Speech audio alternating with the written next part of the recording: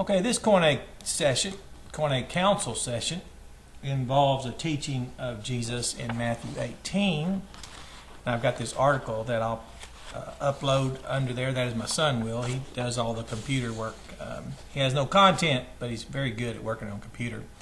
But it says, if your brother should negatively testify, that's the word usually translated or conveyed as the word sin, into you. This negative testimony here is where they construct a testimony for the purpose of negating. And it says if, and that's not a determined condition, it just means it's possible, then be departing, honor over him, which is the word rebuke, but the honor, the value or the honor over is of course the teachings of Jesus and our relationship to one another between you and him alone. Now that's the first thought there you need to pay attention to. If he should listen or hear from you, then you gained your brother. So, well, you can consider the rest of this letter, but it says go and get 2 or 3 more. And then it says if he refused to hear those witnesses, after he's refused to hear you, after you made the good faith effort, as all Christians do. This isn't church discipline. This is our relationship and teachings of Jesus, which is an element or component of the commandments, which 1 John says that we're keeping, adhering to, and that they're easy. So if you find this difficult to do, you might want to check your relationship with God, because your problem with your brother is you, not your brother. But it says if he refuses to hear, then take it to the assembly. That'd be the congregation. You can read this, but this is part of the series involving the text where Jesus says, I'm sending you for the sheep in the midst of wolves. And he says, come to be thoughtful as the snakes. Thoughtful. And this is a key word. I want you to look at this. Thoughtful as the snakes. Notice this. Thoughtful as the snakes, and yet innocent ones. Innocent ones like the doves. Now, contrasting this, what does this look like? Well, innocent would be you're following the teachings of Jesus in your relationship and dealings with others. Thoughtful would be to have knowledge and a mind full of thought and mind, specifically of what Jesus taught us. And there's a text here that says just going along. That is, this is a report, an article. I've named it or numbered it number 3 only because I'll identify it as the supplement to just going along, this article and that one, so that you can see that it matches up with this video. But in it, it refers to, gives an account of a soldier who he says when killing broke out, he says, I just went. My mind just went. And I wasn't the only one that did it. He says a lot of other people did it. I just killed. A lot of people were doing it, so I just followed suit. Well, this is about conformity pressure. It says it often produces a strong feeling of internal conflict, which young people, you've got to grow through that, and that's what discipleship is about, to come to a point of resolution and a once for all. We can't constantly, every circumstance, have to be making a decision on will we do the right thing or not, because in that circumstance, we're assured to more often than not do the wrong thing. He goes on and says that when behavior in conformity situations seems less deliberate and less controlled, he also says people sometimes find themselves going along with the group reflexively. Now this would be our flesh, our instincts. And he says here, he describes it without much thought and without knowing why. And we are, the Bible says, we were once repeatedly turned in our sins and trespasses, tossed to and fro. We were once governed by the prince of the air, the power of the air, the prince that now rules among children of disobedience. We were once held captive by the devil at his will. It says here that the soldier in that account, it says he did not stop to consider his behavior, he just followed suit. Well, it says here that nonconformity can lead people to be more inclined to follow or resist the influence of others. Well, what would that look like? Well, he went on and said psychologists have known for some time that many cognitive processes are beyond conscious awareness or voluntary control. Attitudes, for example, may be activated by the mere presence of an attitude object. Now, you're an attitude object if you're a sheep, that is, as a child of God. You're an attitude object. You're a sheep in midst of wolves. You're surrounded by wolves. And just who you are causes them to salivate, staying with the metaphor. They're vicious and ferocious. So how would you be full of mind, and how would you know someone's trying to manipulate you? Well, I use Matthew 18, for example. People will go out, let's say a young boy or a girl or a young lady or a young man will go out and gather support for his pretended offense and use it to try and cause her, for example, a young lady, to compromise herself and go along with him. But it's pretense. And you say, well, how do you know it's pretense? Well, you know it's pretense when they don't notify you and you alone. That's one of the first things we learned in the lesson on hypocrisy. But what does it look like to be thoughtful, to be wise, like Jesus says? Well, just invert the teachings of Jesus. Just invert Jesus' teachings. And notice, you don't know when. I've always marvel and muse at it. Literally, I muse at it, which is to think about it. I muse, when did they learn this? I mean, when did we go to school and learn how to negate the teachings of Jesus?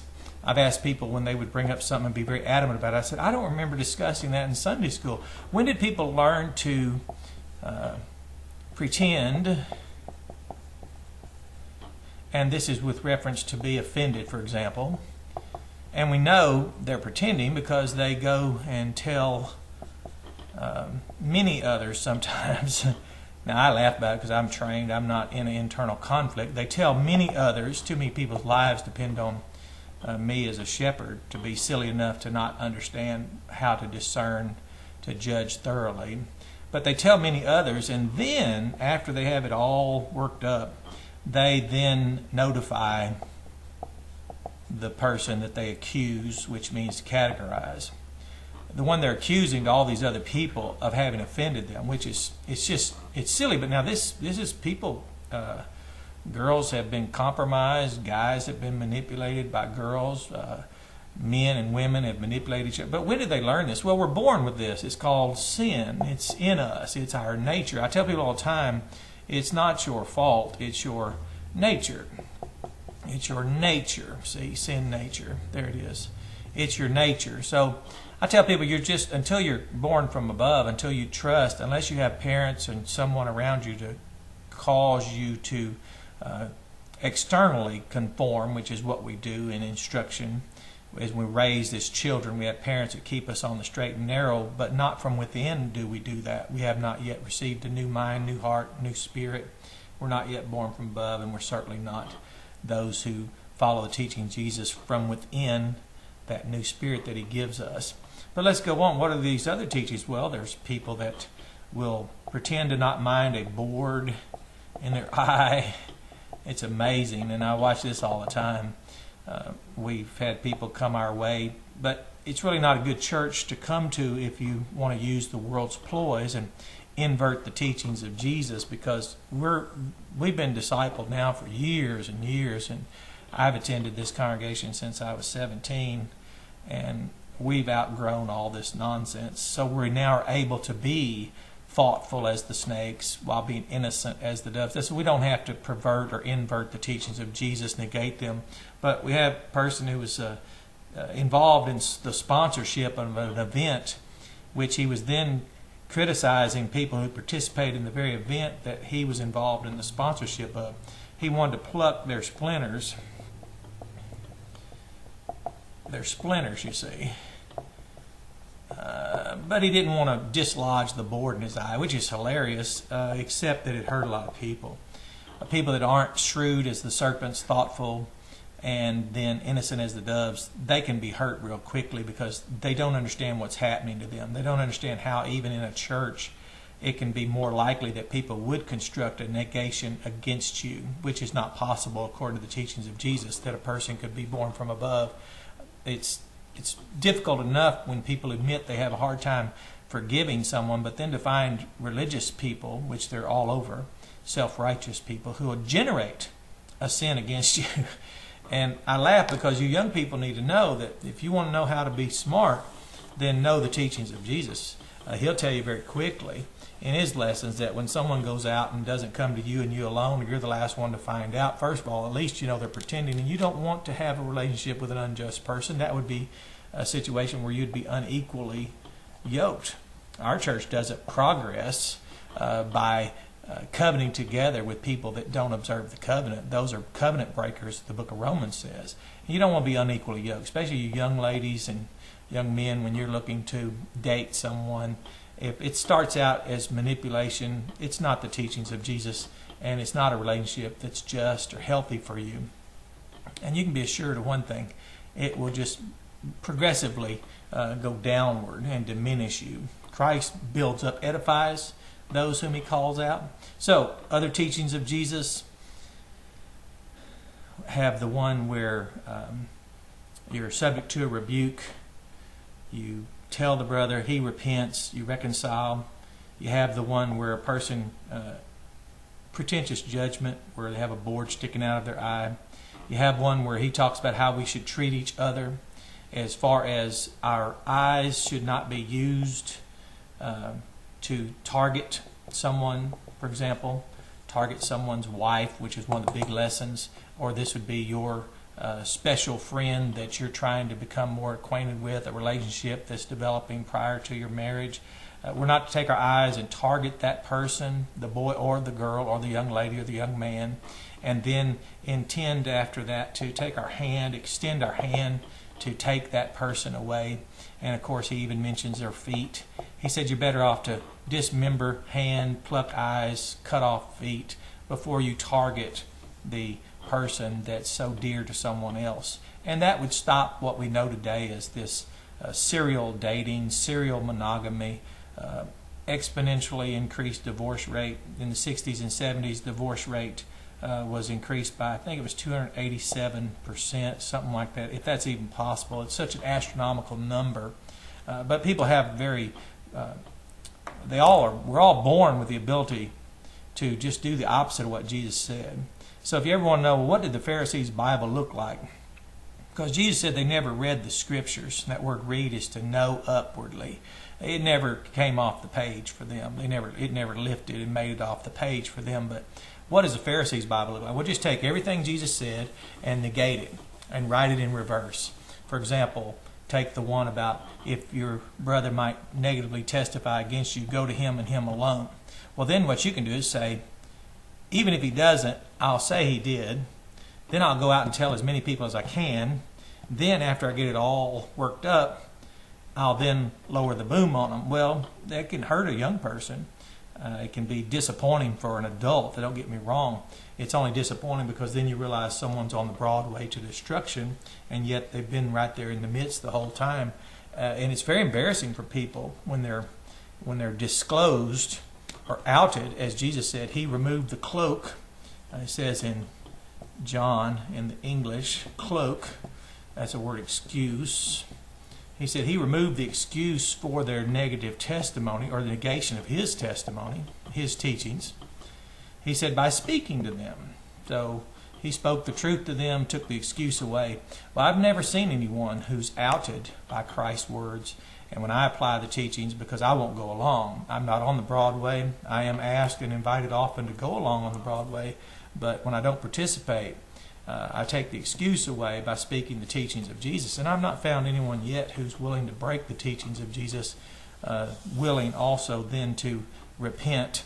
And I do have to treat them as a pagan or a tax collector would be to me. And it's striking that in these lessons of Jesus, he tells us how to relate to one another, interact to one another, and yet it's the very thing that people ignore. Now, where did they learn that? Well, again, it's their nature. It's their nature.